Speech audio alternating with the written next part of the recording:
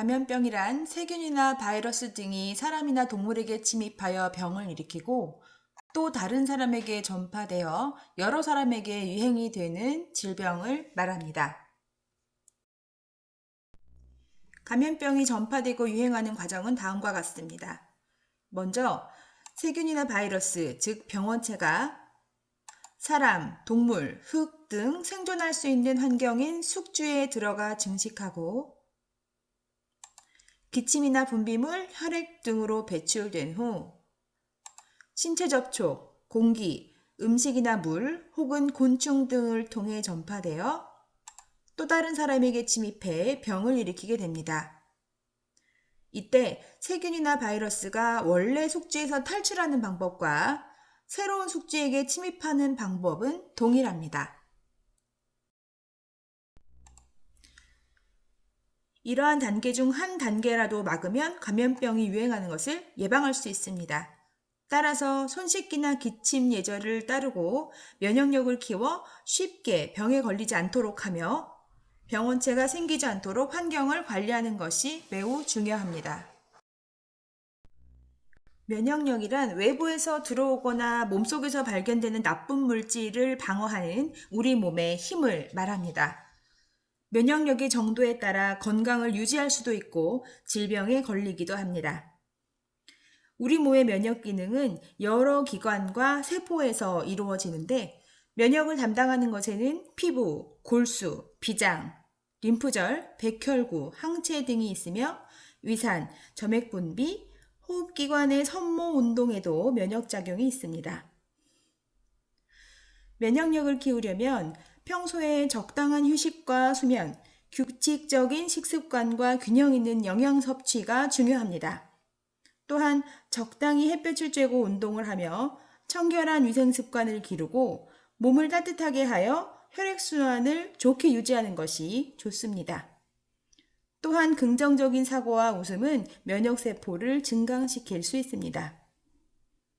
충분히 물을 마시고 금연하며 시기에 맞는 예방접종을 하는 것도 도움이 됩니다. 청소년기에 흔히 나타나는 감염병은 다음과 같습니다. 첫째, 기침 또는 재채기를 할 때 나오는 분비물에 의해 전파되는 독감. 결핵 환자에게서 나온 미세한 침방울 또는 비말에 의해 전파되는 폐결핵. 공기 중에 침에 의해 전파되어 턱 및 이하선에 염증을 유발하는 유행성 이하선염, 즉 볼거리. 수포액에 의해 직접 전파되거나 공기 중 분비물에 의해 전파되는 수두. 오염된 물이나 음식을 섭취하여 전파되는 소화기 감염병. 그리고 접촉에 의해 전파되는 유행성 눈병이 대표적입니다.